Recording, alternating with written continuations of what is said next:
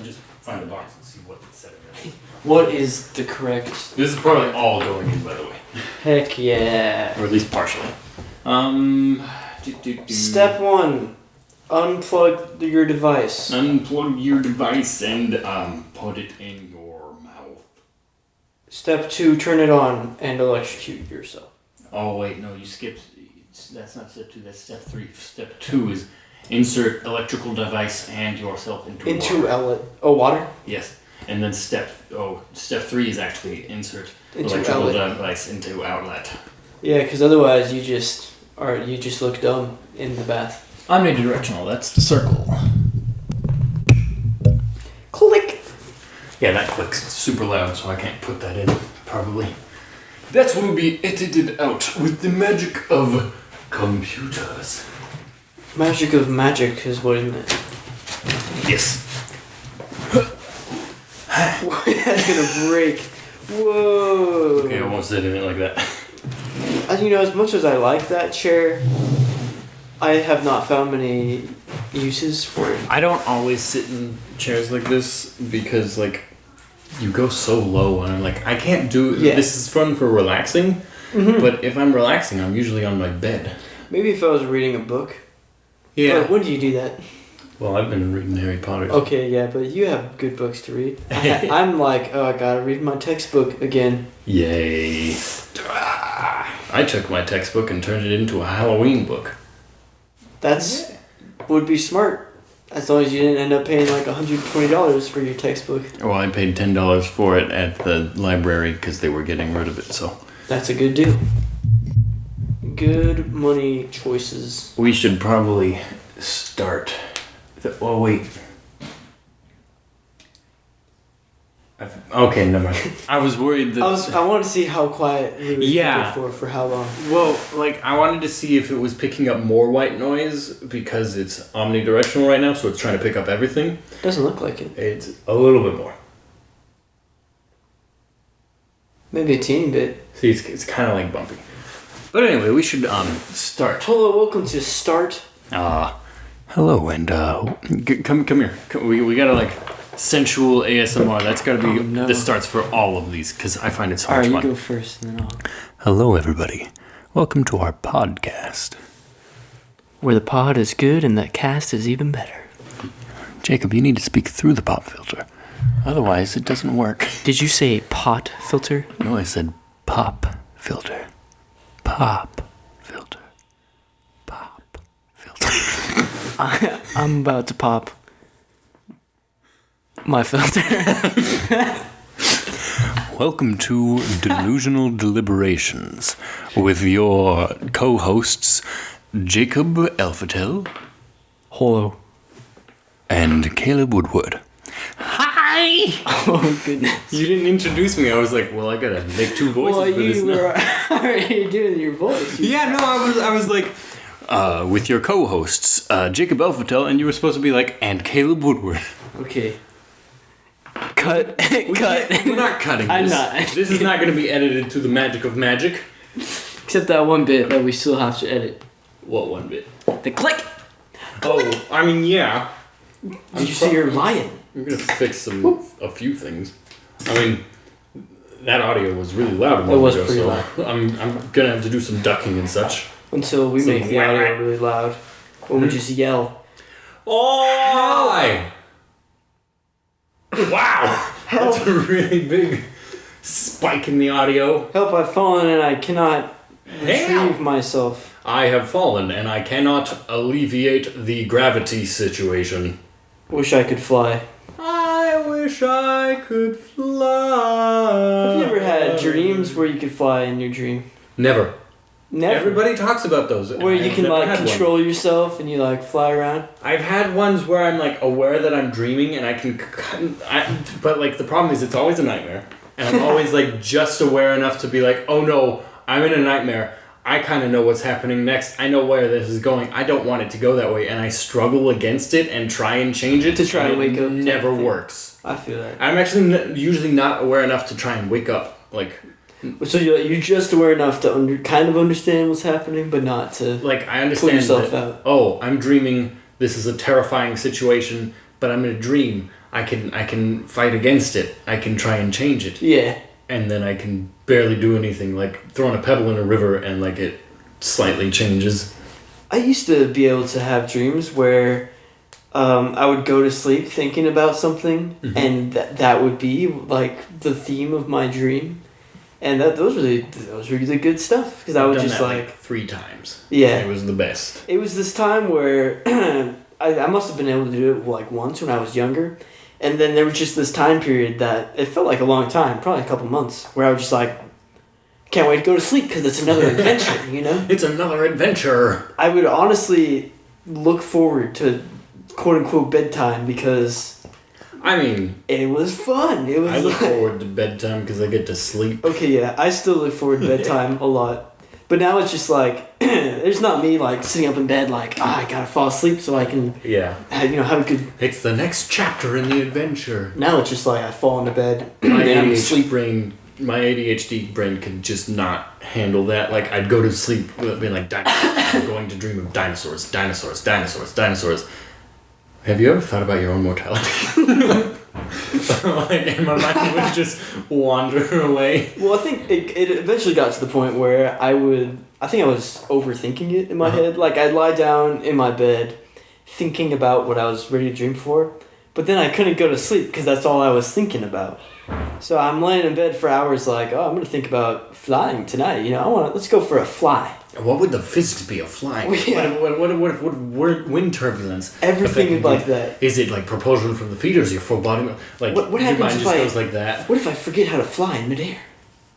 Well, crap. Well, dang it, man. That would actually be a big problem. That would be a scary dream. I would say. What if you're like flying and you like don't see a plane and you wind up like clipping your head on its wing or something, and you're fine, except you get amnesia right away, or you're knocked out and you just fall. Have you ever had dreams like it's almost like a TV show where there's a segue in your dream, and like, okay, so I've had a dream or two where it was basically like kind of like a reoccurring dream. Like I knew it was something that had either happened to me before or it was a dream I'd had before.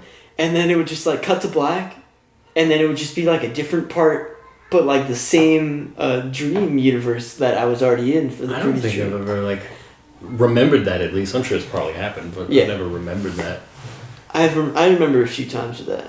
The only recurring dreams I've had are 2 nightmares, 3 nightmares, no 2 that have recurred multiple times. multiple times. Yeah, and I'll go into those, but first, the only other one that's been a recurring dream is like I keep having deja vu in a dream where I dream like this exact scenario where, and like I kept like having it in the back of my mind as like deja vu until like I was on Photoshop and I was like, this is a crappy lasso job, and then I remembered like flashback clear as day of my sister.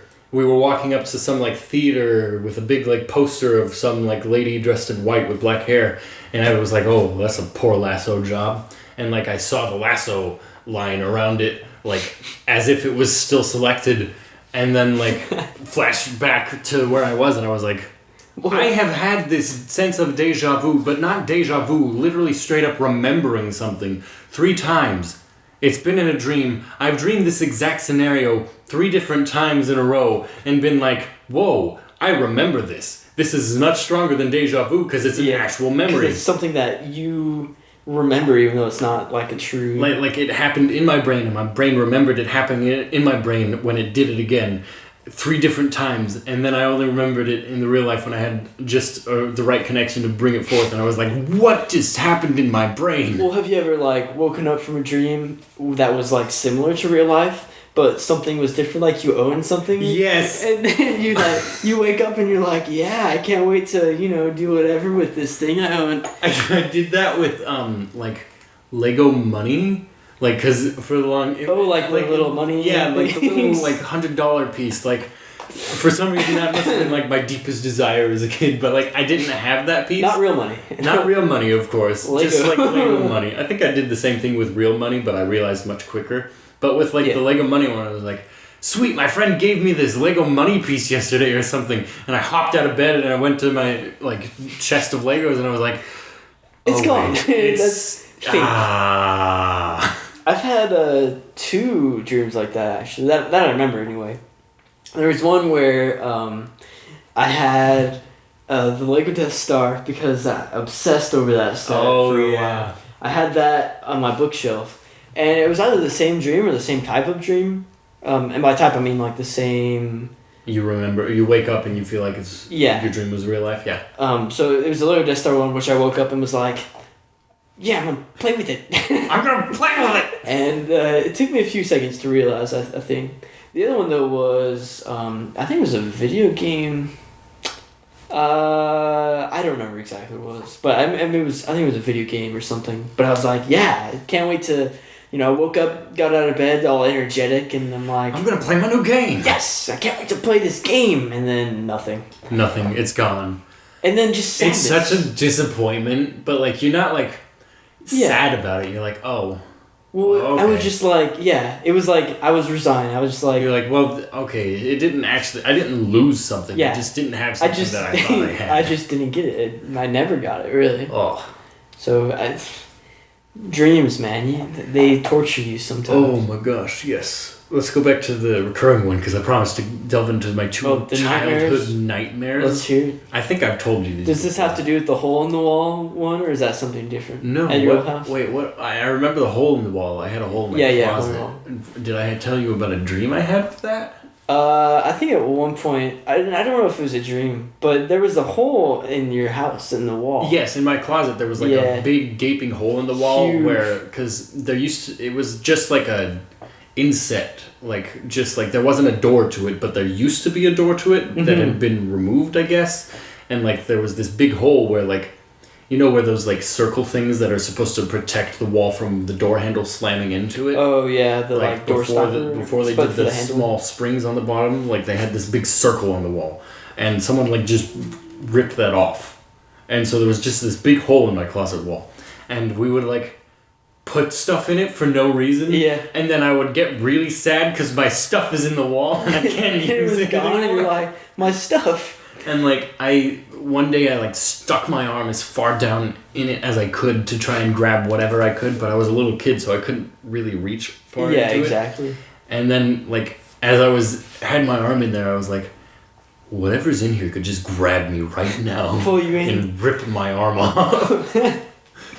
See, I don't know if it was you that had the nightmare or if it was just like that where you were just like, oh, my arm could actually be gone. Yeah.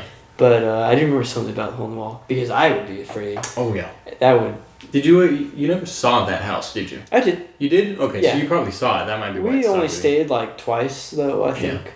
Yeah. And then you're sure you're not thinking about the apartment I stayed in, right? No, because I remember that separately. Yeah. That's where you were watching it.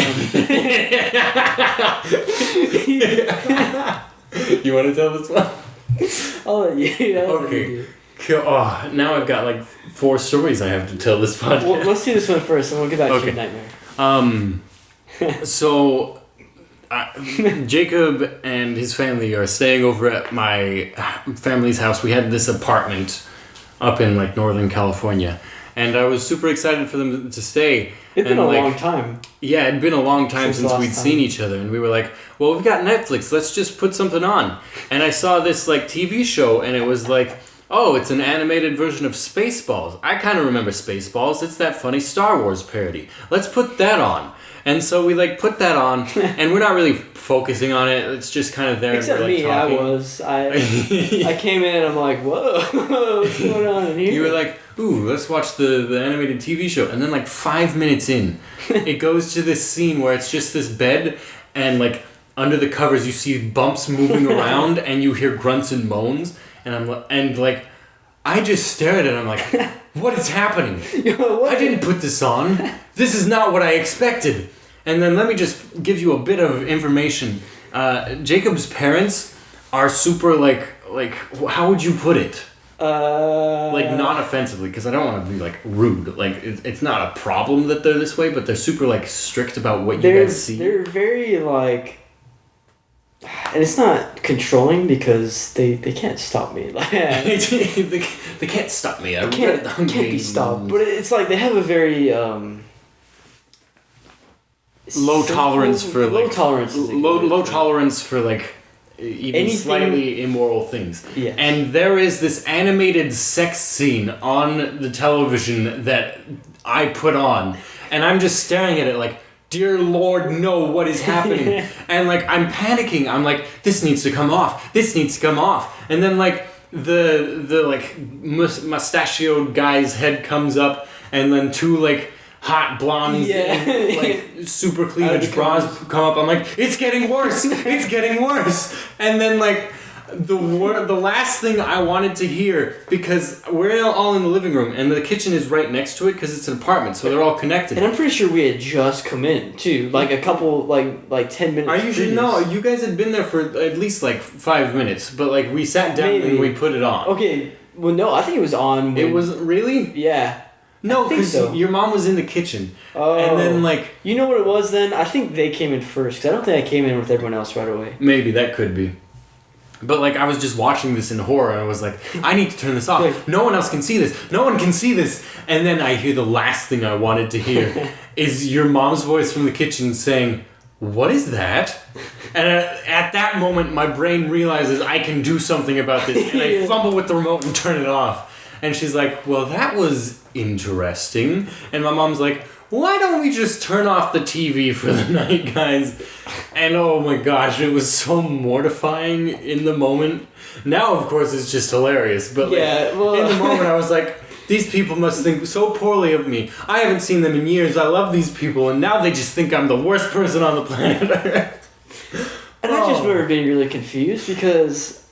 I wasn't watching the whole time, so I literally only saw this bit with like Jabba, and then I probably saw the bit where I remember the bit where they're poking out of the bed sheets. But I remember just being like, it's just a TV show. It's just a TV show. I don't know. Well, who cares? Something's going on. I don't know. I actually remember asking my mom about like why it was turned off, I thought it was because it was Star Wars, and like the younger siblings weren't supposed to be watching Star Wars. And the younger. It was Caitlin. It was only. Caitlin was the younger sibling. Caitlin was the younger sibling. Yeah. And so I'm pretty sure. Like, and then I don't think my mom answered me. I don't think she was like, "Well, it was a sex scene, darling. And we are not going to watch any of that." That is the devil's work. We do not promote such things. Yeah. Abstain forever. No. And that's the whole trip to that apartment. There, by the way. That's where you thought that we only ate cereal dry, and you were like, what kind of crazy weirdos? Which, to be clear, I eat cereal with milk, and I pour the cereal in before the milk. Yes, that's the only way to do it. Bowl cereal milk. If you don't do that, you need to repent and turn from your sins. There is a better way. You can learn this way. It's really simple, you blasphemous, horrible human being. By the way, side note, is the word... I'm going to say it once just so you know what I'm talking about. Is the word bastard, is that a cuss word? Is that... Because, like, I know it's relatively, like, unkind. Yeah. It's, like, an insult. Well, it is an insult. It's the... But, like, would you say it's on the level of, like... I wouldn't say this word normally, like, in my content just because I know people don't like it, but, like, would you put bastard on the level of dick or, like, higher up? Probably around dick, I would say. So, like... Because I said that in a post on Instagram, like... Oh, did people freak out about it? Well, no, I said... I showed a picture of my cat with my craft supplies, and I was like, crafty little bastard, isn't he? And then my mom turned to me, she was like, I saw what you posted on Instagram. That's not okay, you need to change that. I was like, oh, okay. I was just testing the waters, I didn't know. That'd be like if I put crap on something, and my mom was like... You understand that means excrement, don't you? But, like, crap is okay. Yeah, crap's okay. I still feel like... It's a low level. I feel like bastard is, like, enough higher up that I might cut this out of the podcast. I mean, okay, are we referring to it as just, like... Just, like, as a word. Not actually, like, insulting someone who was illegitimately born. Illegitimate, okay, yeah. Because, like, that's just rude. That's cruel. Yeah, at that point, just, like, why do you care? I mean, yeah, that's a scandal, but... But my mom also gets upset when I say dick. So I don't know. I mean, I'm not sure if this will stay in the podcast. I can't relate because if I say anything, my mom's like, wow, you said the word the?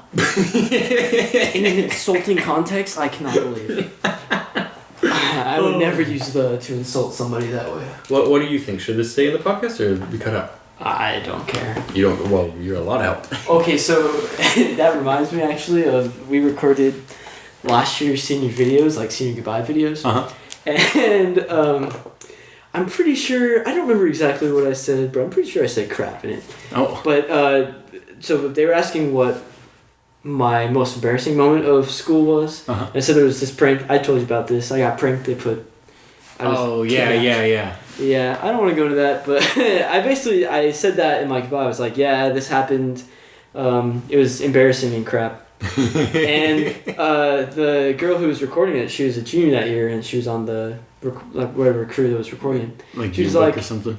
Well, it was for bands specifically. For bands specifically. The historian. That's what they call it in choir. Probably something like that. Actually, that sounds about right. Yeah.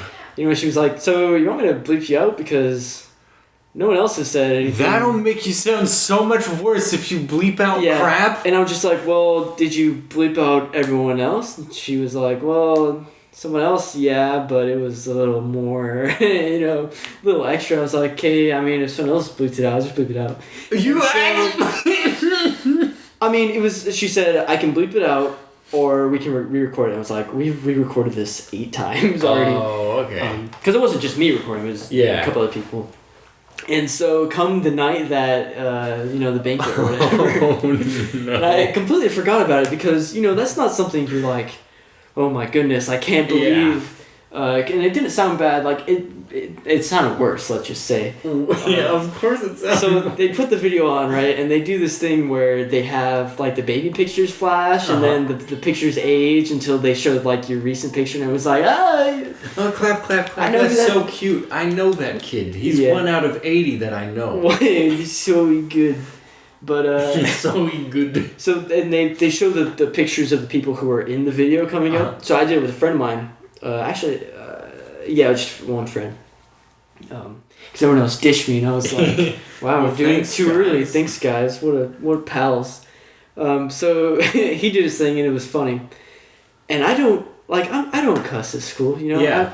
I mean, I'll say like crap, and sometimes sometimes it might get a little more in depth, but it's not something that I just. Yeah. Especially if it's like someone, like a stranger or somebody. Yeah. That's not something you lead with. Mm-hmm. That's something that you might test the water with later. So all these people in band who don't hear me, like I'm a pretty well-mannered person, and the way that this girl bleeped it out was... Oh my gosh. Even worse. Really? Yeah, and even I, knowing what I said, wasn't quite sure what was being said. Because, okay. Did you just watch it and you're like, what did I say? Well, I knew what I said, but at first, just hearing it, I was like, I had never. That was not me. I never. Because you know how you can bleep words out and make them sound like completely 100%. different words. So I said crap in this. I was like, the sentence basically sounded like this. Yeah, and it was pretty embarrassing and crap. Yeah. Bleeped it out. It sounded like the N-word. Wait, what? I don't know how. Where did they bleep it out? Where did they start the bleep? Right before, there's you can't hear crap at all on it. Okay. So that's just completely bleeped out. I think. Why did it sound like you said the N-word? I really don't know. I heard. Yeah, it was really embarrassing, and then it confused me because I heard it a little bit, but I knew what I said, so it filtered it for me. My friend who was sitting next to me was like, "Did you say the N-word?" And I was like, "No." Oh wait, would it be like referring to the person you're like the subject behind the camera? Like, yeah, it was really embarrassing. Person. It sounded like that. It was really embarrassing. Oh gosh. Follow up. That sounds so terrible. And why wouldn't they just cut the footage? Like, if you're gonna bleep it out and it's the last word said, why not just cut the footage? It wasn't. It was the last word I said, but there was some more footage after that. They could have just jump cut. They probably jump cut. They really should have. Oh my gosh. They. Oh my gosh. But yeah, so my mom was there that night because I just took her. She wanted to come. Like, this is a nightmare scenario as is, but with your mom. But it was. I was just kind of like, well, I know what I said, so if she gets mad about it, whatever. It's like, I didn't say this. And so I saw her after that, but luckily I got some awards. She was more in a happy mood after that. But she confirmed me a little bit afterwards. She was like, and actually I brought it up because I wanted to make sure that she knew what I said. How did you bring it up? Were you like, I was pretty sure. Did you see me get bleeped? No, I didn't. Okay. I was not brave enough to just be like, so yeah, I did not say this word. So did you like slowly lead into it where she was like, are you proud of what you've done? Like, because that would be like my mentality if someone like, if I saw someone I know get like bleeped out and they come up to me like, hey, did you hear what I said? Did you see the bleep thing? Yeah. Yeah. Oh yeah. Like just even like the leading up, I would be like, even if you were like meek, like, so the bleep thing, it would be, I like as a parent, like if I'm not a parent, if I were a parent, as a parent, myself, should clarify that. I'm not speaking from 100% authority, but like if I were a parent, like my automatic mentality is, you're testing the waters. You're trying to see if you can get away with this. Yeah. Absolutely not. No getting away. So how did you do this? I let in with I think the baby pictures I had were pretty good.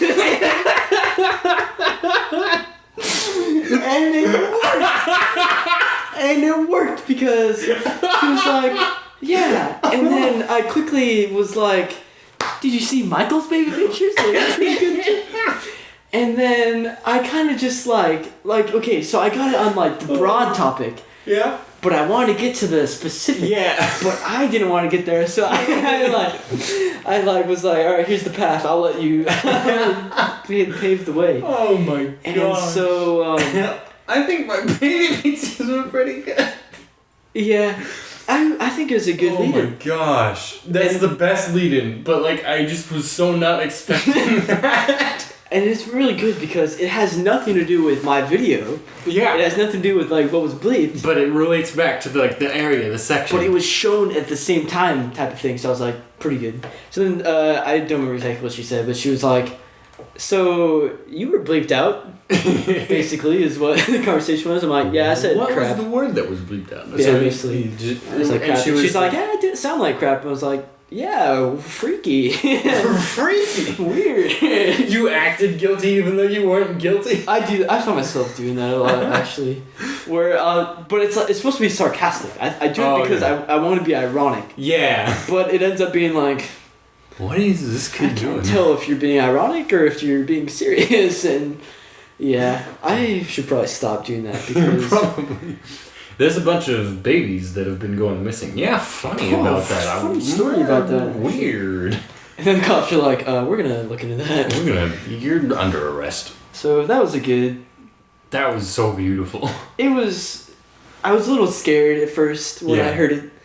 And I think right after we recorded it too, I was like, oh, bleepings don't always turn out the right way. But after you had already told her and it was it was back. Like when I was in the car ride home. Yeah. I was like, oh, that could probably turn out to be something else. Disastrous. My mom's going to that.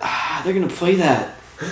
Oh, well, I don't care. I was like, whatever. It's badge of apathy. Whatever will come, will come. Oh, apathy. What was that? Probably Karina. Probably.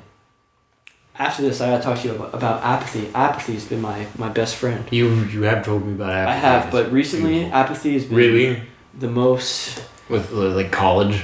College I've been... We've perfectly segued into it, so let's finish this, and then we have to stop and go back to the nightmares things so people don't get upset. So, like... This is like our tag-along, like, lead-on to get them to go through the whole episode is, hear about these nightmares later on. You know you want to. You know you'll be afraid. So, I talked to you a bit earlier in the summer about my new plan to be apathetic about everything. And, I mean, it sounds bad. It sounds like it really sounds stupid. A little bit bad, but, like, honestly, it's so much better than being angry. Oh, it's so much better. So, to sum everything up, my brother and sister are ages, I don't even know. I think they're probably around 8 and 8 and 11, I think. 11. Yeah, that's correct. exactly their age. Yeah, we got it right. Yeah, I know. Birthdays happened. I understand. Like half a year ago. So they're fairly young, and I mean they are. My little sister is quite a bit younger than me. Yeah. More than twice my age younger than me. You want to just say how old you are for? I am 18. And I am 19. So that's what. I don't want to math, but that's 8 years of 10 years. That's 10 years. I don't want to math. What is 18 minus 8? Who knows? I was gonna do Ben's first, but then I did Karina's. So yeah, that's 10 years. Ben's is only 7. Yeah, 10 years and 7 years. I mean, not only 7, but like yes. Also easy to figure out. Well, it's still quite a bit. It's not long division. And in being younger, I don't know. And it's not that I don't connect well with younger people. It's just that, like, living with them. I think it's because we're related. Yeah. And we spend every day in the same house. So, like, related adds a layer of, like, I don't really have to be as nice to you because you're not a stranger. And then living with them is, like, you're around me all the time. You're around me too much. I want you to just stop. So, and it's built up for a long time where it's just been, like, everything that will be done is annoying. Yep. And it's, like... And not in like I inherently hate these people. Oh yeah, no. Young. It's just like they're young. They're still at that stage. We're at different stages, and so I'm just at a point where although I am still very immature, I'm not like a kid level immature. Yeah. Yes. Hello. Hello. Hey. What are you guys up to? We're filming our podcast. Your room is so clean. Yeah, it's a bit too clean. A bit too clean. We're gonna pause it real quick so Probably I don't have idea. to cut that much out. Okay, welcome back. Sorry, we got interrupted. Cuzzo came over, so we said Family. So Jacob was talking about apathy and annoyance. Yes. So recently it's been all right. Apathy's been keeping me from getting annoyed, at least to the level where I show it. But yeah, so it's been building up for a while that just every single action would feel like it was deliberately annoying. Some I know for a fact some of their actions are. Mm-hmm. I've seen them do like little wheels spinning. Like, what can I do to annoy them the most? Yeah.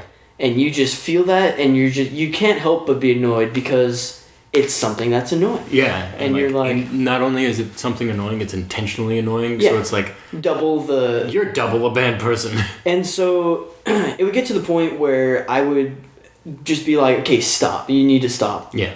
And my parents would be like, he's just being a kid. And I know that they have some level of... Like, I get it, okay? You can be immature as a kid. Yeah. You can... But you're still, like, aware enough. Like, once you're at the level of aware enough, Yes. You gotta, like, smack them back a few times. Like, teach them not actually hit them, but, like... Yeah. Listen, we do not condone child abuse here. Not at all. But, like, you gotta teach them where the boundaries are. Like a mental push, like a blockade. Yes. But it would get to the point where... And I wouldn't really get in trouble, but I would get a telling off for telling them to stop doing what they were doing, even if it was like... You would get told off for telling them off. I would get told off for telling them off. Which is like, what? I'm only doing it because it needs to stop, number one. Number two, it's just... Yeah. You know? So, my mom pulled me aside, this was a while ago, and was like, listen, I don't care what your problem is, but you need to... like stop doing like what you're doing, which is like she saw it as I was deliberately antagonizing them for being annoying when they weren't, which is kind of the opposite of what was happening. Yeah. In a way. Whenever I did anything like that, my parents would just like stop parenting them. Yeah. Because like my the middle child Abby, the worst one. No, her and I were like at odds for a long time when we were little kids because I feel like it's just like our different constitutions. Like her outlook just inherently, just like her perception of things tends to be more like self-centered. Not that she's like incredibly selfish, even though that's how I viewed her as a kid. And I was always like, other people are more important. So when she would do stuff that would annoy me, I'd tell her off for it. And like, it just got to a point where she was like, "You're not my dad," and then my dad was like, "You're not her dad," and I was like, "Ah, but look at this." Yeah. So and they're like, "Yeah, that's wrong, but stop." I'd like to interrupt here real quick to iterate that I actually have a really great relationship with my sister Abby now.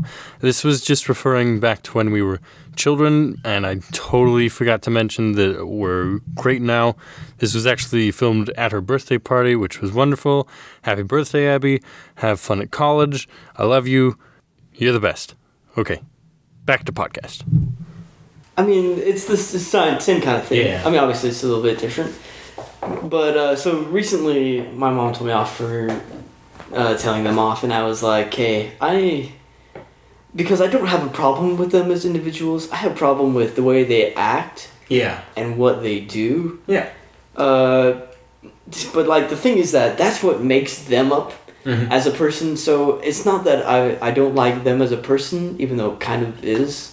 It's just like parts of them and the way, like, it's parts that will change over time. It's just right now they're like frustrating. Yes.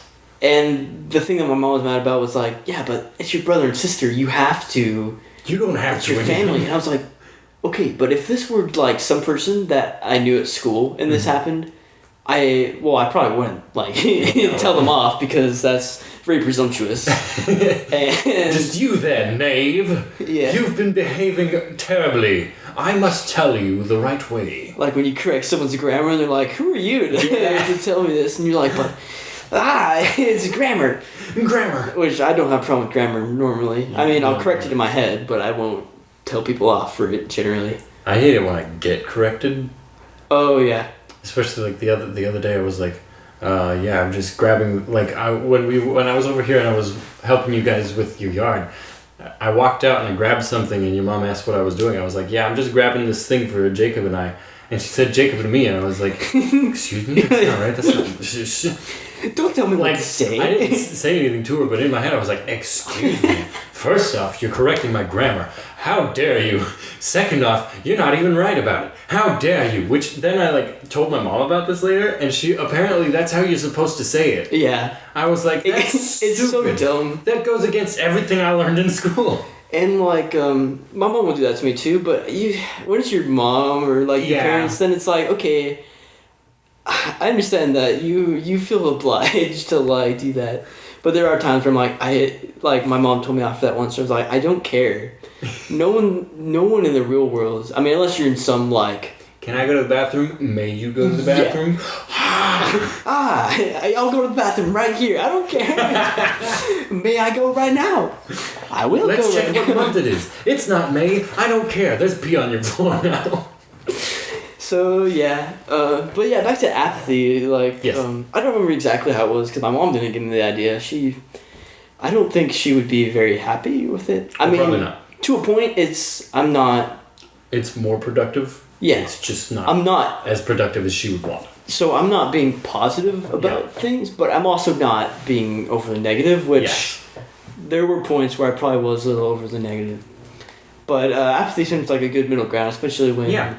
There's not too much positive you can say. Yeah, I mean there are drawbacks to it, but I feel like it helps you stay in a valley that like when something positive happens, you're more willing to go towards that. Yeah. Yeah. And not just remember all the things that you hate because it's quite annoying. Leaves you in a boiling steam.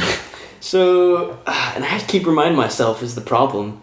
Like recently, I don't remember exactly what was happening, but there have been times where I've told Ben to do something, not like, yo, do this because you better do it. Yeah. But it was just like, hey, clean this up because it needs to be cleaned up and that's what mom asked you to do. Yeah. And he'd be like, oh, I'm not going to clean it up. Why would I clean it up? You're not anyone. And I'm like, okay. I'm just gonna ignore the fact that you're a massive brat and good luck with that in life. I can't wait to see what kind of life you hold. Oh boy. I mean, hopefully that changes. Yeah, hopefully. Like I felt that way about my sister Abby, and she's gotten a lot better. For sure. It's just something that happens with age. It's just like when you're in those stages, you're like, stop it. And like, stop it. Okay, And what my mom used to do is whenever I would get upset or angry, she'd be like, "You were a kid once." It's like, that does not help. But I'm not a kid now. I'm not a kid now. I understand now. I feel like even as a kid, like neither one of us was that bratty. Oh yeah, no. And I think it's a first child thing. Yeah. Although generally when you think of like a first child, you think more spoiled. More, I feel like it's more entitled, not spoiled. Entitled. Like the youngest spoiled. ones get spoiled because they're like, oh, they're the babies now. Mm-hmm. I still want babies. Instincts going to paternal instincts. Get all the babies. Is paternal unisex or is that male only? Is it Unisex, maternal right? and paternal or is paternal Oh Lord, I thought it was just paternal for the whole thing. I don't know. I don't want the answer. I will continue to assume. Moving on without addressing this question properly. But yeah, so like I feel like the young ones get spoiled. Yeah. And like that's not always a bad thing. Sometimes it helps them. As long as it's not overly spoiled. Yeah. I feel like to a degree Karina and Ben have definitely been they've been spoiled more than Gail and I have been. Coddled too much. Just because it's like, ooh, big. I don't blame the parents for that. I don't think the it parents makes did sense. a terrible job because of that or anything. But like that's what happens with like the younger kids, and then like the middle kids get super aggressive because they're like overlooked a lot because they're stuck between the two. Yeah. And like as the eldest kid, you get smacked around the most because your parents are like, hey, why aren't you behaving properly? Whereas like as the younger you are in the chain, the parents have realized more like, oh, kids are just dumb. they just accept it. They're like, oh. Like, when you're the first kid, everyone's like telling your parents how to parent. Mm-hmm. And so like they're like, oh, I gotta follow all these rules, and then like they like harp on you for things that they feel like you should know. And so like I feel like you in a sense get like a more respectful outlook. You have a deeper respect for people and things, and like the punishments you feel people receive. Exactly. And like the understandings that those give. Not that like you should outright like beat on your kid, or that like, you know, like that this is necessarily right. But like you do need discipline, obviously. Definitely. And I mean, as a kid, I never understood that. I was like, I won't do it again. Oh yeah. Like once you get told off, you're like, I won't do it again. I was like, you told me not to do it again. I won't do it again. Now if it happens the second time, then it's like, well, I told you not to do it again. I feel like that's what it more should be. Like tell them. That's what I would do. Not to do it, and then if they do it again, then they like try and reason with them, make them understand first before just like, well, you're grounded for a week type of deal.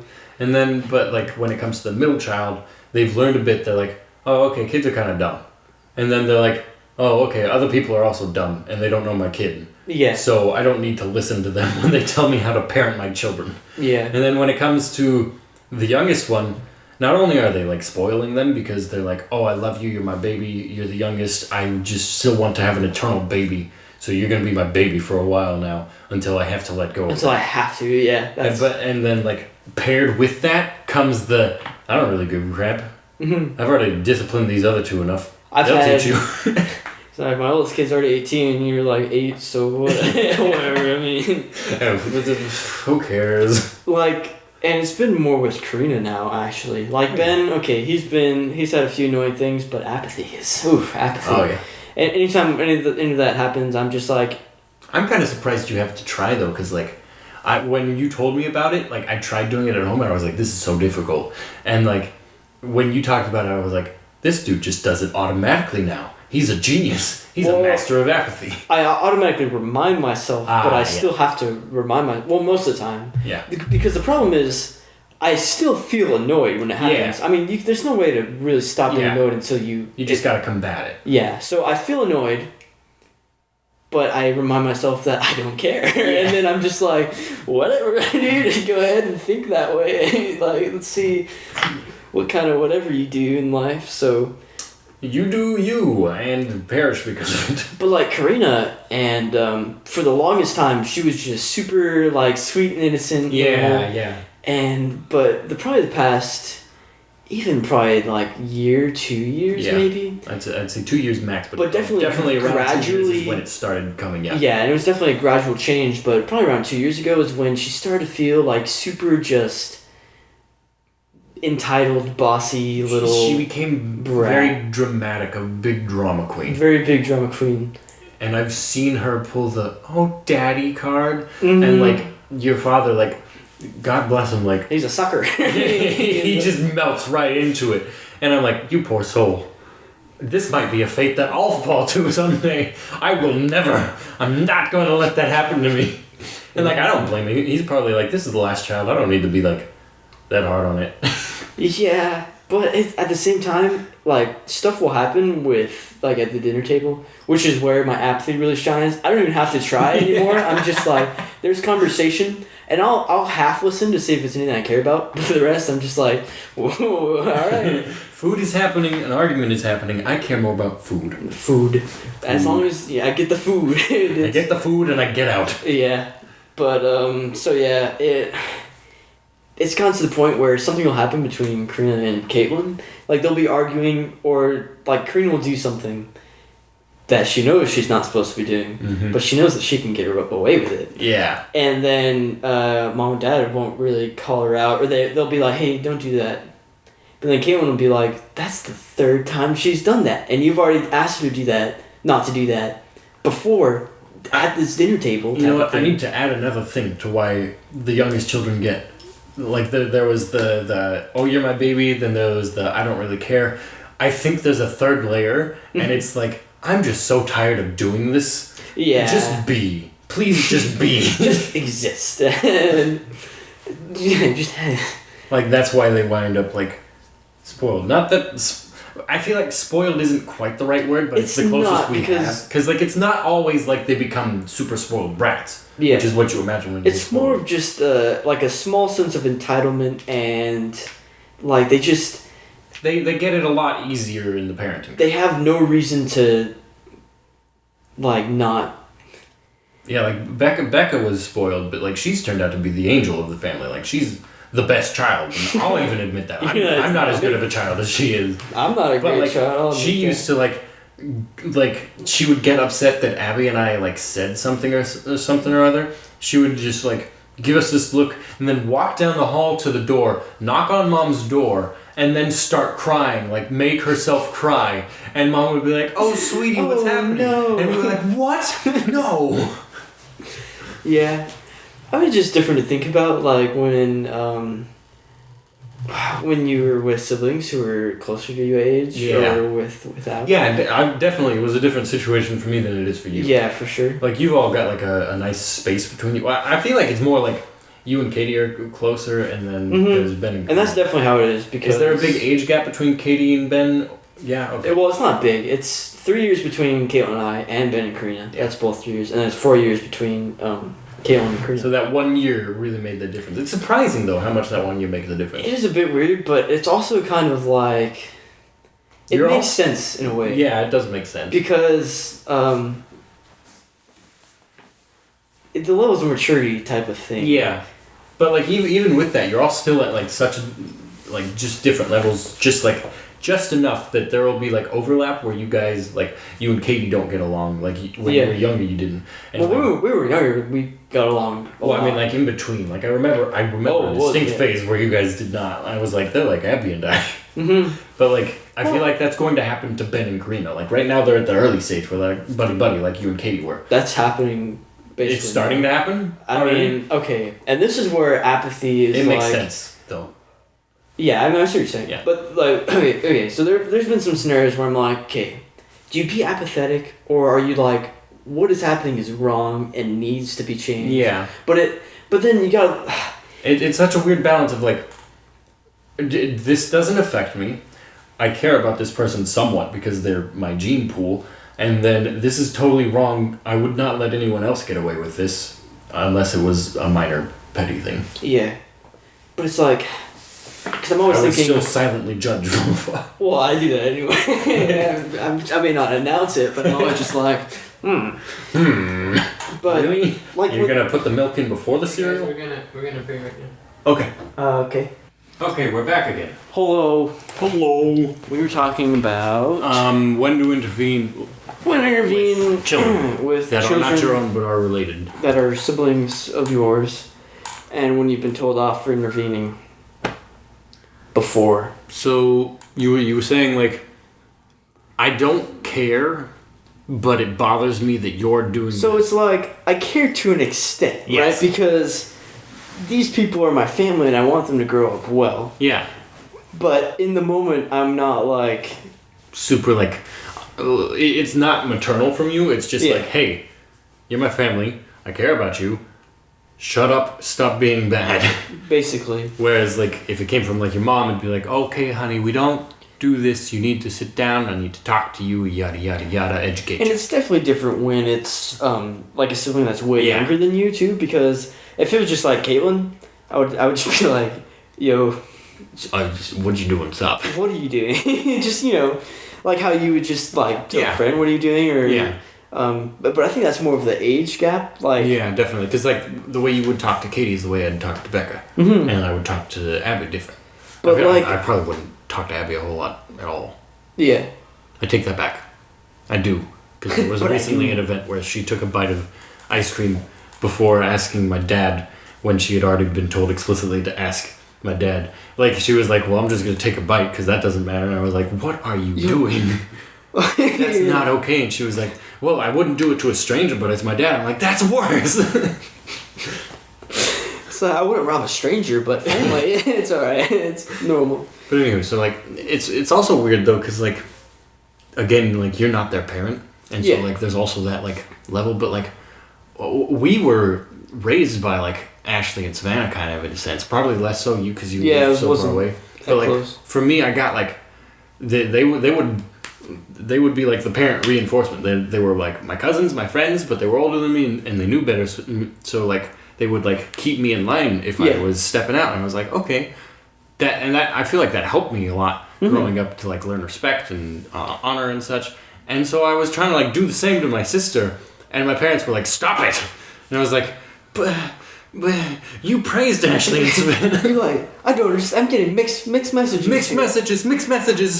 Yeah, I mean, whenever we would come over, and that would definitely happen. Yeah. Because I remember playing in the clubhouse, and they would just be in there like, hey, don't be climbing on the table. What are you doing? Get off of there. Or stuff like that. Yeah. And they would tell Caitlin and I off whenever we were around. Mm-hmm. But, like, thinking about the same scenarios now, I mean, they've told Ben and Creon before. And when we got told off, we were like, yeah. Okay. But when they get told off... they get told off and they're like, what are you going to do? Well, what are you going to do about it? So it's just a mentality. And it probably relates to the world as a whole. But you, I was about to say, you think it like relates to like the current political climate? You think that's a part of it? Not the political climate, well, not but like views overall. Probably type of views. Isn't social views still part of the political climate? Yeah. So that would be. So it would be political climate technically. So like. But I think it does because like. I'm sure it plays a part in it for sure. Well, not a major part, but yeah, it definitely plays a part. Like, how much of an influence does it have? I'm trying to wrap my mind around this. It's like. Because, like, how would they know? How would they see it? When you see 7-year-olds with, like, iPhones at school. Okay, yeah, no, that's true. You're right. And, like, they're just, like, they feel so entitled. So, like... Type of thing. Dear Lord, we've become the people who talk about us. They just feel so entitled. So ruining everything. Millennials, man. Oh, my gosh. But, I mean, I feel like I don't feel super entitled to things. I don't blame the kids. Like, I've seen, like, middle schoolers. Like, just people, like, my youngest sister, Becca's age. And she's... I call her 12 all the time, but she's actually, like, 16. Like, I look at them and I'm like, you disgusting inbred fools. But, like, I don't blame them. Yeah, I think it's really their fault. It's the parents, and not like, it's the parents' fault. Well, parents are terrible. But it's like, just the upbringing in general. Yeah, it's the upbringing. Like, the climate for parenting has changed, so the parents don't know exactly everything to do with these things. And then, so the kids, everything is changed, and everything is that happens every generation, especially with technology now, how fast it's advancing. Mm-hmm. Like, I didn't get my first phone until I was a freshman in high school, and it was a cheap flip-out keyboard phone. See, I did get an iPhone as my first phone, but it wasn't like... I didn't go get the newest one. It was a couple generations back. Yeah. Just because it was cheaper. I didn't get a smartphone until either my junior or senior year. Yeah. And like even that was one of the low grade stupid smartphones. Granted, it was probably more because we couldn't afford it, but like I feel like that's a much better way to introduce children to like things. Why has this become like a parenting podcast? Listen, as a dad myself, let me wow you all with my dad jokes real quick. So we should probably change subjects. Yeah, let's change subject a little bit. But like these. I just don't give your kids iPhones. That's the summary of it. Well, and to wrap it up, like, Karina came home and was like, I'm going to buy a phone because a girl in my class has an iPhone. And I was like, you are 8 years old. Dear Lord. How is it... When I was in school, they didn't allow phones. Yeah. If you had any sort of, like, music device, and that's what they called it. It wasn't like... Oh, your MP3 player was your music device or your, like... That stuff got taken away. Portable CD player. You couldn't have that. My senior year in high school, they started to allow you to just have, like, your phone, and, like, you could use it between passing periods, and you could use it if the teacher allowed you to use it for certain things. And, like, that was so liberating. But, like, I had already had teachers that didn't care, so I just had my phone anyways. But, like... That's just like the way it's going is they can't stop you from having your phone. Because it used to be in the very, and I don't want to say early stages, but earlier on when phones were still not quite as advanced as they are today. And that doesn't have anything to do with it, but just... not as prevalent or common with children? Well, it's just that, the people who had them were like amazed with them. Yes. And they would spend all their time doing it. And that took away from school time.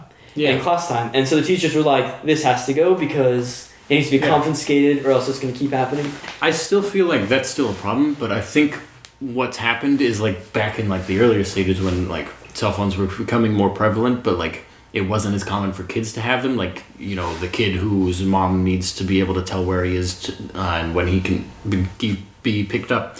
Like... They would have them and they'd be like the idols of the school. Like everyone's like, wow, they've got a phone. But like because they were not so common, if you were seen with it out, you would get it taken away. And like so like and there would be like away too, not like taken away.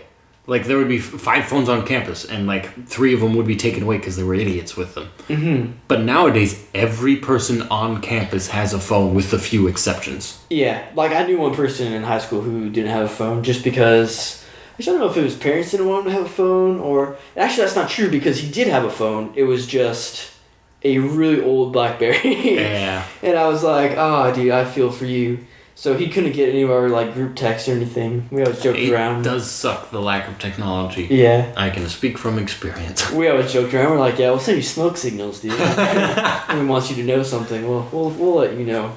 So, like, that's why it's changed now, I feel like. And it's not necessarily for the better, it's just because they can't do it. Well, I do think that not being able to take away students' phones is a better... I don't think they should have been able to take away... Well, I don't know. It's a weird balance, because, like, they are a problem.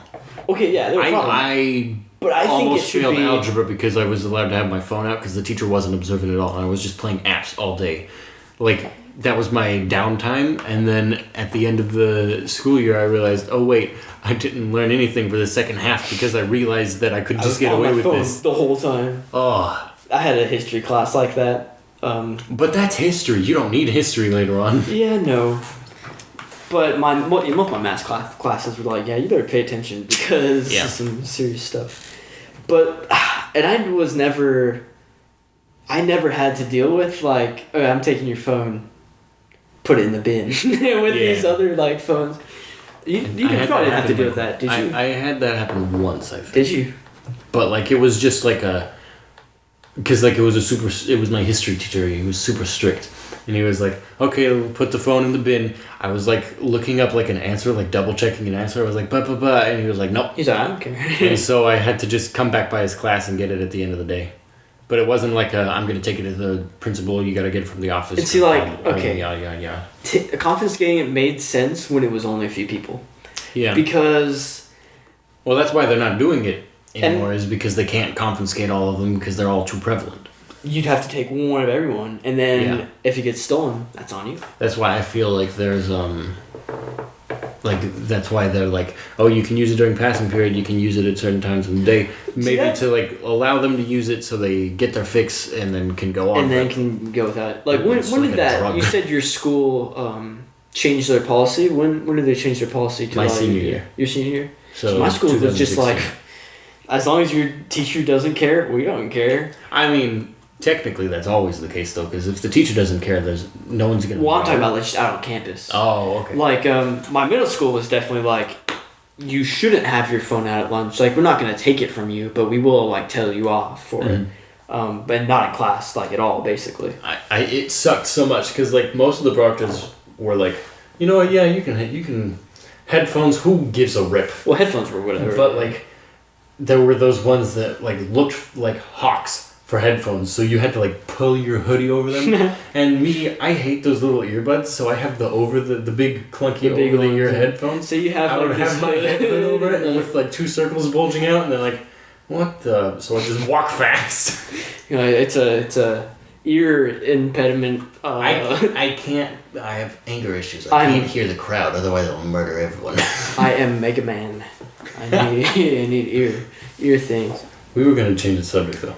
Yeah, we're gonna change subject. We did change subject technically, but not as far as. But not enough. Okay, back to dreams and nightmares. So yeah, let's talk about your 2 reoccurring nightmares. Oh my gosh. I have one, but I haven't had it in a long time. Before I talk about the 2 nightmares, this is related to them. Mm-hmm. I want to talk about like one of my deep-rooted fears as a child.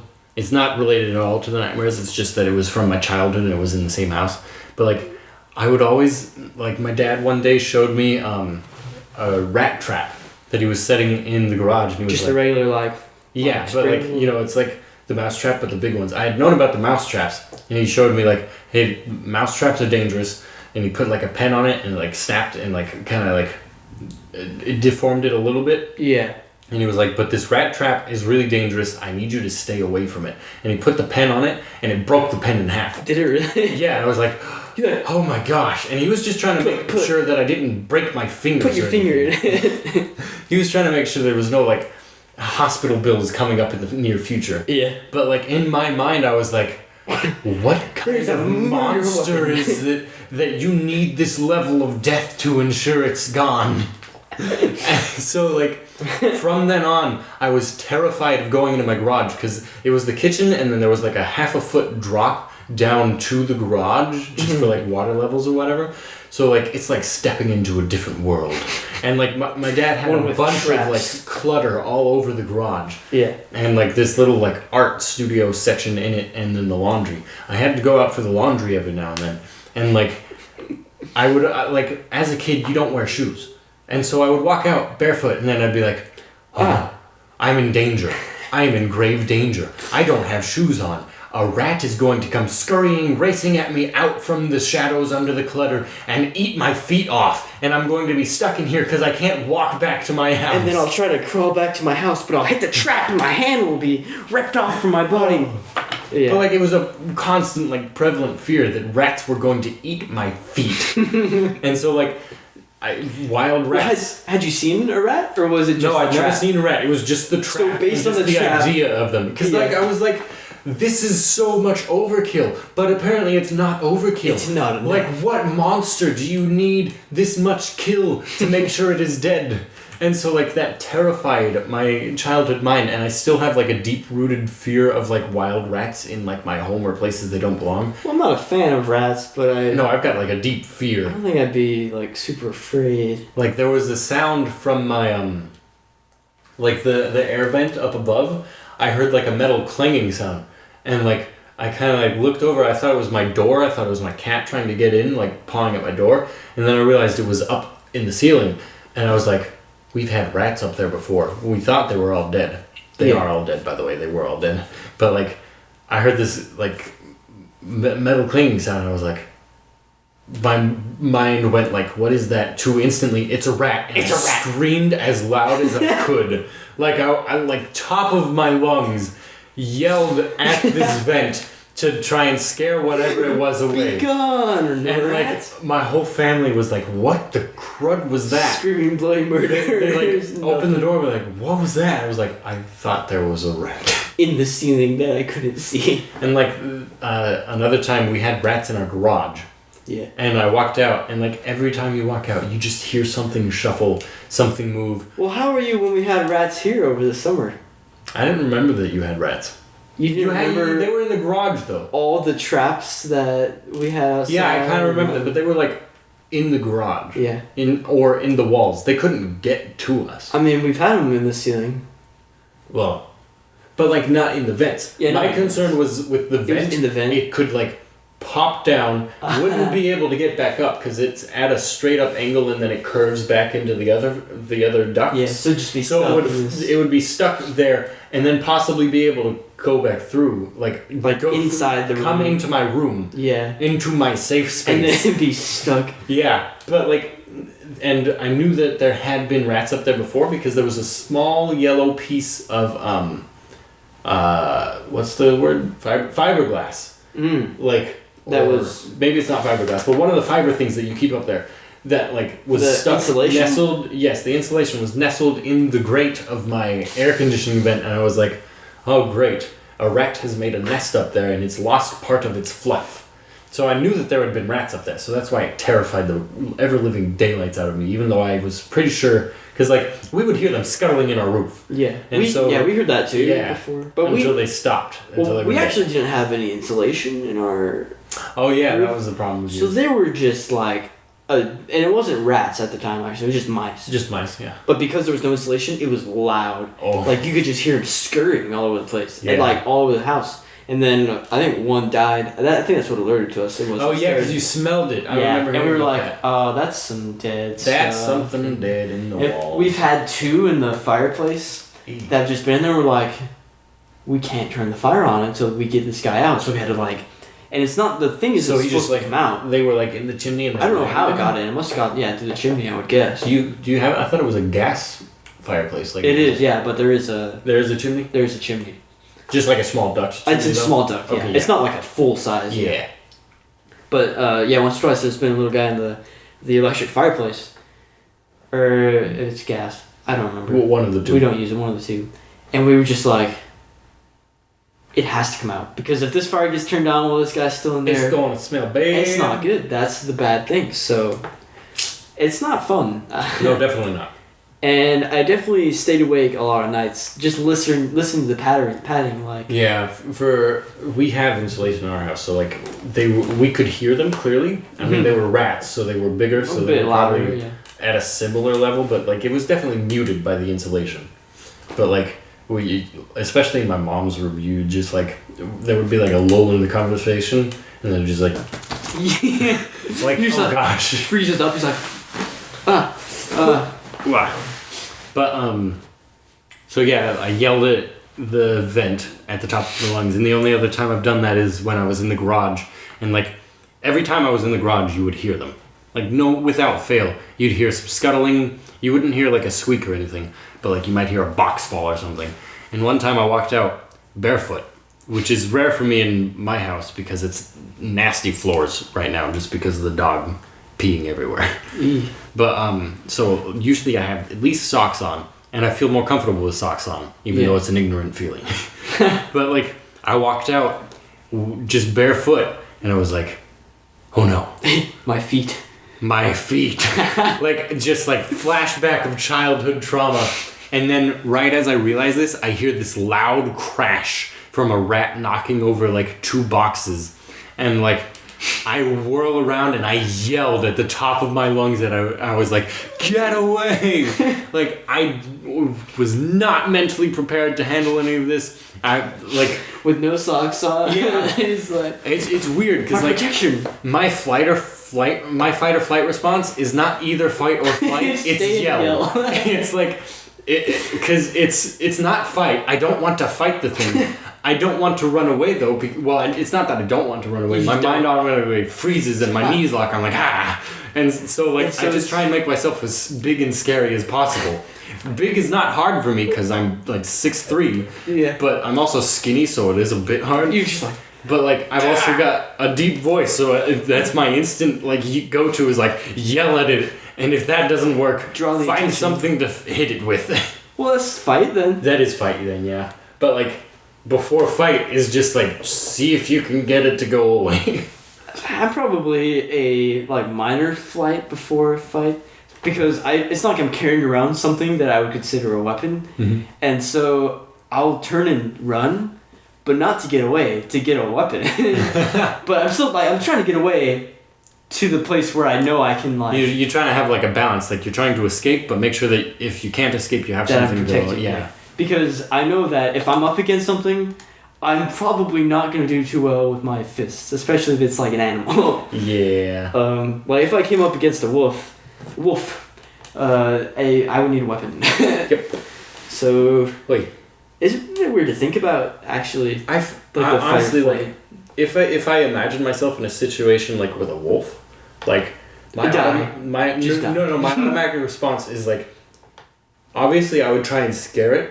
But like I feel like that wouldn't work with a wolf. Yeah. And like if it did, yay. But if it didn't, my automatic response with like a wolf or like an alligator or anything like that yell is at it. Throw myself on top of it. Get as close as I can because their attacks are more for like catching up to something chasing, yeah. or like grabbing something from afar. And that's when you're unexpected is like so you're running away and they come up and they just slash the back of your leg and then you're screwed because you can't do anything. You can't use that leg anymore if they severed ligaments. So like, but like I imagine like just bear hugging it and trying to like, I don't know what I'd do at that point. I can't crush it. You're just like, I'm just gonna hold on to you. But what's always stuck with me is that scene from the old Jack Black King Kong where King Kong breaks the jaw of a Tyrannosaurus Rex. Mm-hmm. I'm always like, that's the method to kill. That's the method to kill. Grabs by the teeth and just... But I would feel so bad doing that to even something that was trying to kill me. Like, yeah. If it was a wolf, I'd be like, poor dog. It's not a great way to go because it doesn't die right away. No, I can't do that. I would be able to do that. I'm glad we've reached this point though, because like now, if I'm ever in any situation. See, before you would have attempted and then had to live with the guilt. No, I'm not gonna do that. Well, if you had to do that or die, which would you choose? I mean, I would do it if that was the only option, but I feel like that would be a last resort now. Like I would like. So imagine like body slam it or something. I'm around it. I have my arms around its neck. I'd say I'm probably under like belly to belly hugging it. The wolf scenario. We're going super in depth with this, even though we don't have to. This is gonna happen. No, yeah. I have to make sure I get a hold of its mouth. Its claws are not as big of a concern to me because they can do damage, but not enough to like kill me at this point. Yeah. But its jaw is like next to my neck and face, so I need one to bite there and you're done. So I'm around its neck and I have to grab its maw and then like wrestle it to the ground and make sure I'm on top of it and controlling it. What are you gonna do after that point? After you have subdued? Knock it out if I can. Like punch it repeatedly on the skull. Are you not gonna like try and smash it in the ground? Like you already got him kind of there. Oh yeah, that's true. That's another good body method. slam him to the ground. Now this is getting kind of morbid, so I'm gonna stop. It's a little bit. So you have nightmares about dogs and. I'm really sorry if I have offended you or scared you or like made you like traumatized. It's okay. It's just a pretend scenario. Nothing like this has ever happened to a wolf. Wolves are nice doggies. They never hurt anyone. They're all nice. Listen, these are not real dogs. These are not real wild, like killing machines. This we just went way too in depth with we were okay for a point, and then it reached like bashing their head in the ground. I was like, this is too far. This is no longer PG. Okay. Let's transition back to nightmares. Let's hear some nightmares. Okay. You gotta warm up. I know. I gotta like change my mindset now. Like, bring my brain back to where it needs to be. To not killing. Because like I was like, I was trying to like that was one of those conversations that you have in your mind that you like imagine. Yeah, where you're just like, how would I survive? What would I do? Okay. So. There were two incredibly terrifying nightmares that I had as a kid that were recurring. Like, they happened at least 10 or 15 times each. Oh, that's actually a lot. Yeah, like, it wasn't like, this happened like 3 or 4 times. I think, I've only ever had dreams reoccur like 3 or 4 times at max. It bare minimum of 10 each. Maybe 8 for the first one I'm going to tell you. So this first one... Oh, you turned on the music. Do, do, do. That's copyright. Copy. There we go. That's a no copyright. No copyright. Is that a no copyright? I think so. Yeah. Oh, okay, cool. So this first one, let me set to the scene for you. An old, dusty, gross, like, warehouse. Like a Costco warehouse, but with none of the shelves. Like completely empty, though? It's not completely empty, but... Like, there's... On the ground is... Well, not on the ground. There's rows of mismatched, like, fold-out tables. Like, wood ones next to those plastic ones next to yada yada. So slightly different, but, like, there's just rows upon rows upon rows of them. Covering this like old dusty warehouse that's kind of dimly lit. Like just on the ground or a table? No, like set up. Okay, yeah. And there's on top of every table, on top of every row, covered on all of them, is various cages of different shapes and sizes. And so like then you go down and it's like a pet show, like a science fair except with animals. With animals. Like show off your pet. And so like me and a friend of mine are walking through these aisles and we're like looking at different like animals like ferrets and like cats and dogs, and then we come up to this bunny rabbit, and it's a black and white bunny rabbit, white with black specks, and we both like point and laugh at it. We're like, haha, what a stupid looking ugly bunny. And then we walk on and we're going through the different animals like, this is interesting, yada yada, and then we hear this metal crunch behind us. And we look back. It's the rabbit from the Monty Python movie? And we see the rabbit, but it's giant. It has become 10 feet tall and is bounding towards us. It burst out of its metal cage and is now coming after us. So we scream and we start running.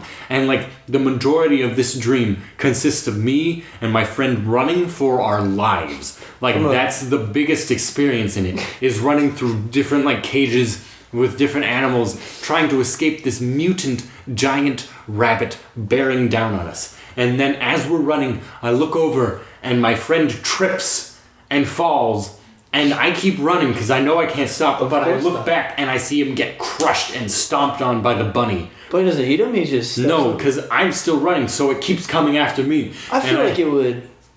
In a real life situation. In a real life situation, it would probably stop. Yeah, as a dream, it would stop. This bunny is after vengeance, so it wants both of us dead. So it's like, I can come back to this one now. And it keeps chasing me, and I just go wide-eyed, and I sprint forward. And that's when I wake up. One of the most terrifying dreams I've ever had in my childhood life. Yeah. Like, obviously, in like the waking world, like, oh, that's totally ridiculous. Oh yeah, that's laughable. Well, think about it now. It's like, what kind of... Yeah. Have you... I think it was actually a rabbit that I had that like got Abby killed. Have a rabbit? Abby had a rabbit, but this was way before that. Like this was back in like my second childhood home, the one in Victorville. Like we had 2 rabbits that my mom bought, but we were still too young to appreciate them, so they got mistreated a bit because we were kids. Yeah. And one of them died by the dog next door. That was the black and white one. And so that was the rabbit that was the one that was... And so like it haunted me in my dreams. I think it might have been because like we didn't bury him right away. And so it was my first like experience with a dead animal. And like so I was like super curious, and my mom was like, don't touch it. But I poked its eyeball because I was like, well, I can touch this because it doesn't hurt it, because I've never touched an eyeball, and like it was like weird, like kind of hardened jelly, and so like I feel like that's probably why my childhood mind was like, oh no, I poked its eye. It's coming to seek revenge on me. Comparatively, my dream sounds really stupid, and I honestly can't remember much, but I did have this dream a few times, but it was more of like a fever dream. Because I only ever really... Those are the worst. I hate and the worst thing, and the stupid thing, is that it doesn't even make sense. Well, they never do. That's the problem. Well... It's literally just a sense of terror formatted into a visual. Yeah. Like, ooh. So, and the first time this happened was actually at Margaret's house in Michigan. Uh-huh. And we were there, and I ended up getting sick because... it started with allergies, but then it just got worse because I'm semi-allergic to cats. Yeah. and they have a lot of cats. Yes. So everything was great. I was sneezing a little bit, but towards the end of the day, I started to get like delusional. Oh. Like while I was awake. Oh boy. So they gave me whatever medicine, and I went to sleep right after that. Don't recommend that, by the way. And I end up waking up, I don't even think it was that much later, but in just like terror because, and the only thing I remember from this dream was that like people that were there in the house around me and like family were being pushed into these cannons and just being like shot out of, and I was like, what is happening? And like, but I'm not doing anything. Like, it's not one of those dreams that like you're aware of what's happening type thing. It's literally just like as if this video was being streamed into my head. Oh yeah. Of people I knew and family getting like put in these cannons and just shot out. And I was like, it scared me for some reason. I mean, who knows why? Yeah. And I've had worse dreams, but that's the only... I can just imagine the sense of dread though, because like even like with the bunny dream, like even if it's not something that would actually be scary, well, I mean that would be a bit scary in real life, but like the concept is laughably funny. Yeah. But like in the dream, it's so real and it's so dreadful. Yeah. So like I can imagine that. But like fever dreams are the worst. Like, especially for that one because, and I've had other fever dreams, but I can't remember them, just because I woke up and I was like, nope. Yep. Nope. But like the third or fourth time that I had it, like that I knew what was happening, and so like it would start to happen, and I was like, Was it all within the span of 4 days, or did it happen again. like scattered? It just happens like scattered throughout my life. But I haven't had it since I was like 11, maybe.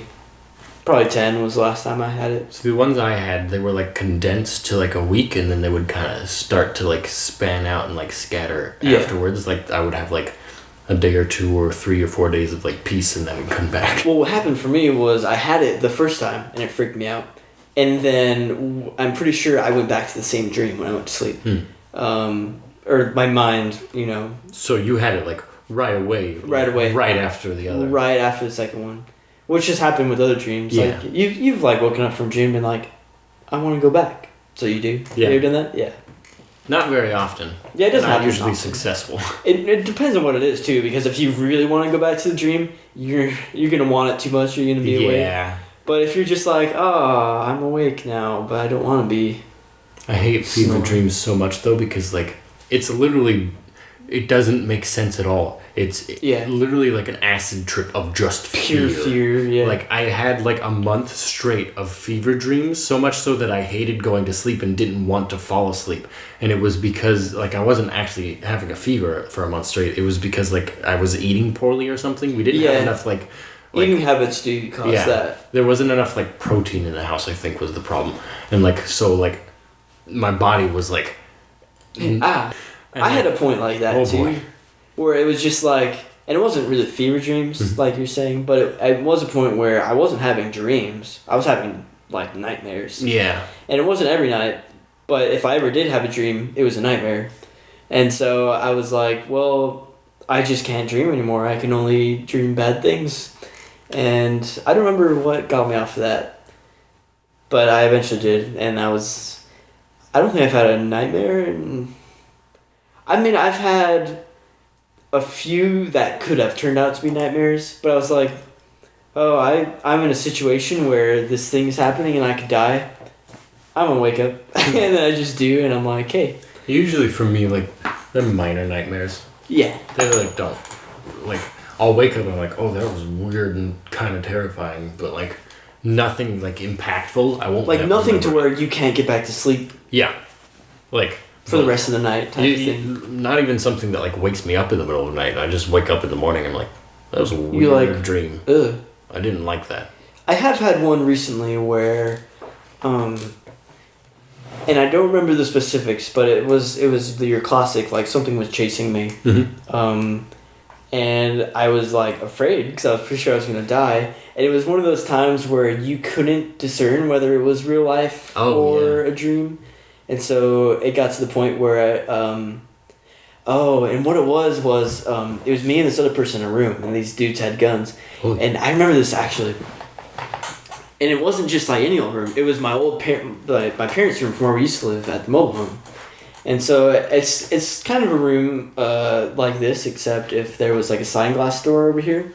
Well, they can't see that. But yeah, I'm just telling you. Well, I mean, like, okay, so imagine rectangular, but with this. Imagine a rectangular room, and on one of the large sides. That's the large side in this room. I'm thinking of it now. Yeah, on one of the large slides, there's a sliding glass door that leads to the front porch of the house, and that's the way the bed is facing. Anyway, so I'm trying to hide like behind the bed with whoever the other person is with me, and these dudes with guns come in, and I'm pretty sure like they just like were restraining us at first, but then they shot the person that I was with. Dear Lord. And I was just like, I don't like this. Like just fear, right? Yeah. Especially if you can't tell whether or not it's a dream. Exactly. And because it was something that was familiar to me, I was like, what is happening right now? And so I don't remember exactly what ended up happening. I think I tried to get away, and they were like shooting me, and then they ended up getting me in the end, and the dude just like put his gun up right against my temple, and like I could tell he was about to pull the trigger, and then I like woke up at a start. Yeah. But even that one, like even though it was super scary at the time, it took like 5 minutes for me to be like, oh, it was a dream. Go back to sleep. I don't care. Yeah.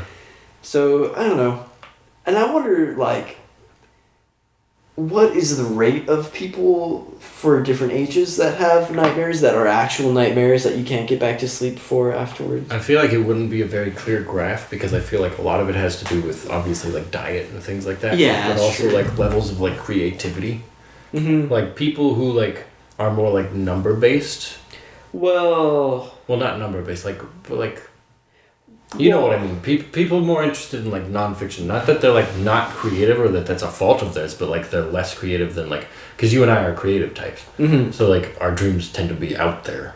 Like I had a dream just about Dumbledore racing around. I've had some pretty scary dreams too, enough to where I've wanted to write them down, but the problem is at the moment I don't. It's like.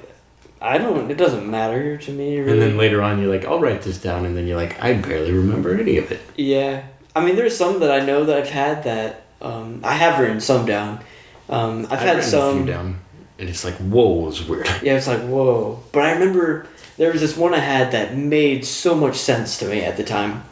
And then I looked back on it and I was like, what even is this jumbled mess of nothing? It's nothing. A unicorn with a man's rear end for a body? But it made sense at the time. I understood. So, yeah, you're going to say your second fever dream?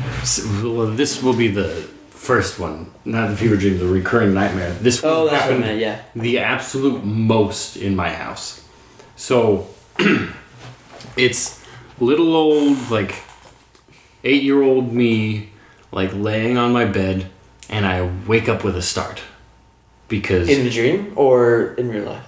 Well, you just ruined it. Well, listen, these are the questions that need to be answered. No, it was in the dream, but like because I wake up in the dream, I think I'm awake. I hate that. It's the worst. That is the precursor to the worst type. So, because like it becomes so realistic now, because your mind has created a scenario where this is actually You've already woken up. This couldn't possibly be a dream because you're awake. Which like your brain convinces yourself. Yeah. Type of thing. So like I wake up with a jolt because I'm scared, because I feel like something's like watching me, or like I have a nightmare. I think it was because I feel like something's watching me, and then like I look out my window like scared, like is there anything out there? And there's nothing out there, just a pale moon, light breeze. You know, the street lamps are all on, everything's fine outside. So I'm like okay, and then I jump out my bed and look under my bed and try and like see if there's anything under there. No, there's nothing under there. Everything's fine. So I check my closet, which had like the opening and then the hole. Nothing's in the closet, nothing's in the hole. Okay, well I'm still a little freaked out, so I think I want to go sleep in my mom's room with my mom and my dad. And so their room in the hall was literally catty-cornered to mine, because like they were at the very end of the hall and I was the second door to the end of the hall. So I'm just like, I grab my blanket and I'm like, okay, I'm just going to go just right through to my mom's door. And I open my door, and there's a black, shadowy mass that has no shape. It's just taking up space. Yes, taking up space, but like has no form. It's there, and I just like stare at it, and I go rigid with fear. And I'm like, if I get my mom, then she can they can take care of it. Yeah. Then I'll be okay. And so I try and scream, but I'm so frozen with fear that not a sound comes out. So I'm just staring at this black mass that is slowly growing larger and coming towards me. Oh, wow. And I'm looking over at the door that is 3 feet away from me, the only barrier between me and my parents, that if I even made just the loud enough peep, they would be able to hear me. But my vocal cords are frozen with fear, and I can't move my hands. I can't run away. I can't dive back to my bed. I can't dart around it. I can't try and scream. I can't do anything. I'm frozen, just stuck watching it as it slowly comes towards me. And then I wake up. And you've had that multiple times? I had that at least 20 times as a kid. Was it the same, blobless? It was the same blobless thing. And then, as a kid, I repressed it. And so I made it, not Mike, I made it solely from Monsters, Inc. But, I knew it wasn't that. And so, when I was old enough to, revisit it, I was like, that's not right. That's incorrect. Oh my gosh, I now remember what it was. Why did I do this to myself? You have another one, or...? No, that's it. That was the worst one. So, I was thinking about, there was this time I had a dream, and I'm pretty sure I've had this dream twice. But at the time, I wasn't thinking about having it twice. And in this dream, it was this type of scenario where it was just kind of not a normal day, but enough to where it kind of felt like it was real. Mm-hmm. And there was this person in my dream that I didn't recognize, and he wasn't he wasn't predominantly displayed in the dream or anything, but he was very noticeable, his face anyway, and you can kind of see. He clearly existed. At the time, I didn't know that, but he did look like someone that would exist. But then again, I suppose anyone would look like someone who would exist in the dream. Yeah. Anyway, I woke up, and I don't remember how long it was later. It might have been a day that day. It might have been a week or two later. But this person who was in my dream, I met at school. Whoa. As a person. And I was like, huh. Because I had never seen this kid before. Yeah. Never met this kid before. And so,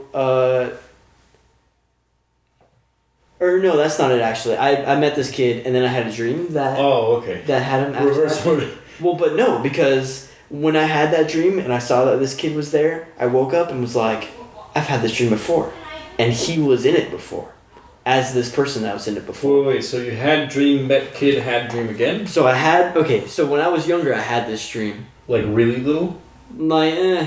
Probably around 12, maybe. So 12 and then 12, maybe 13. You were 14? And then 15. 15, okay. So 3 years. And maybe even, yeah, that's probably about right. Okay. So I have this dream.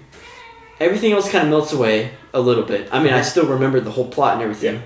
Yeah.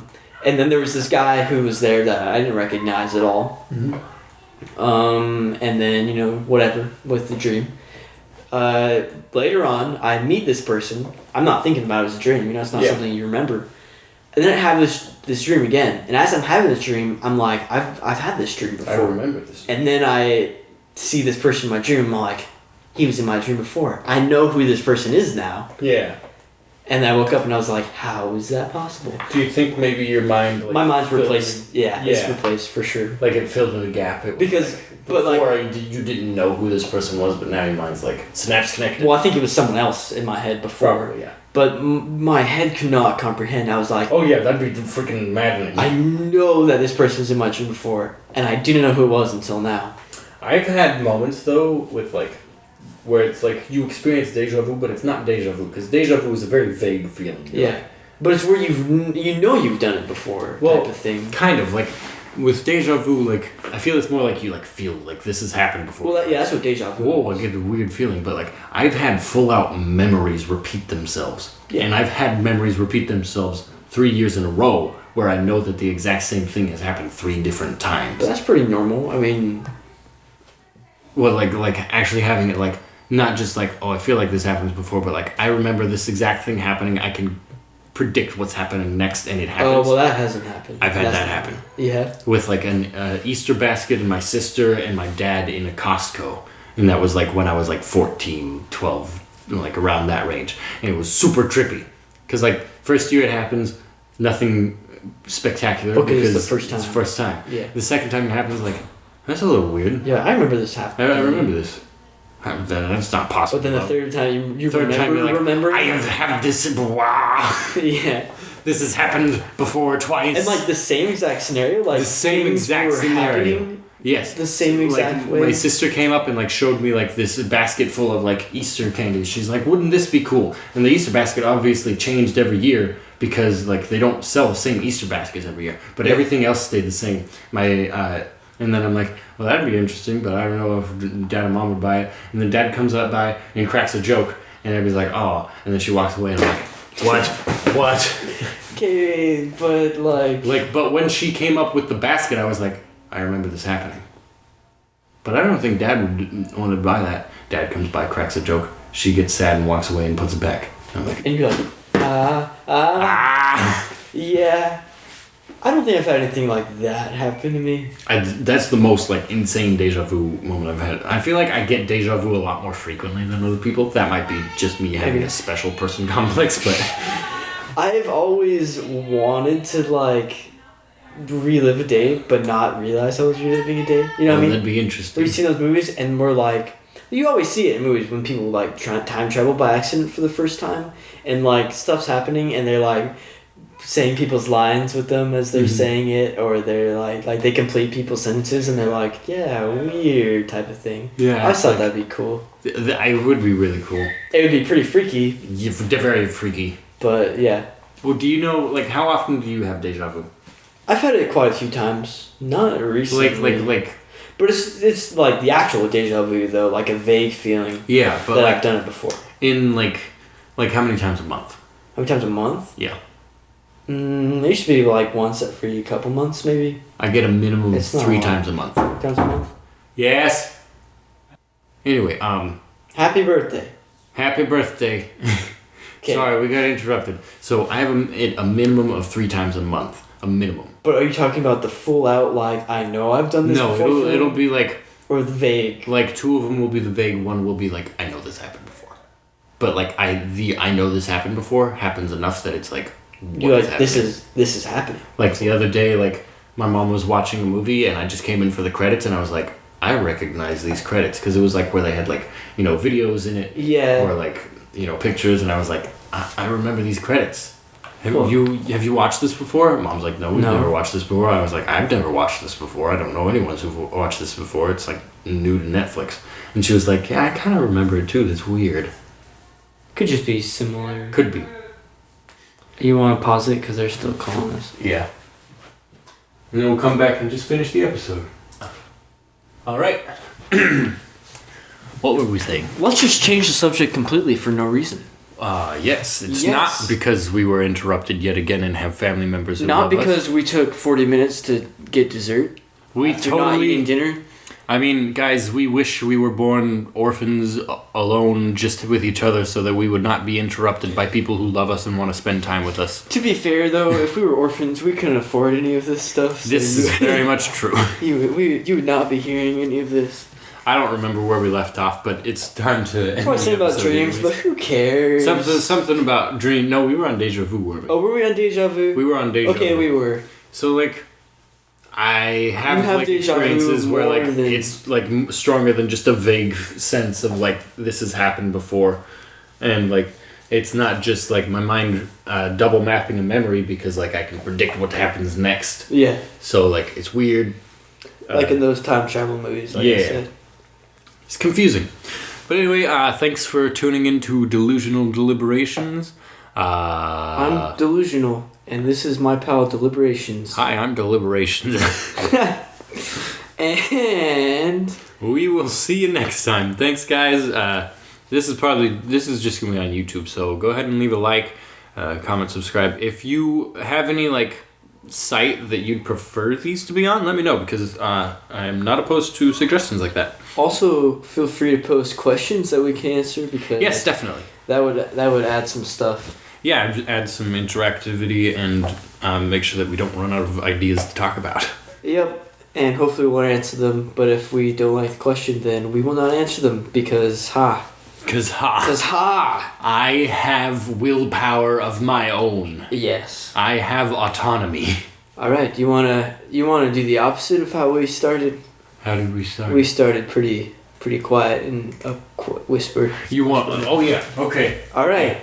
Come on.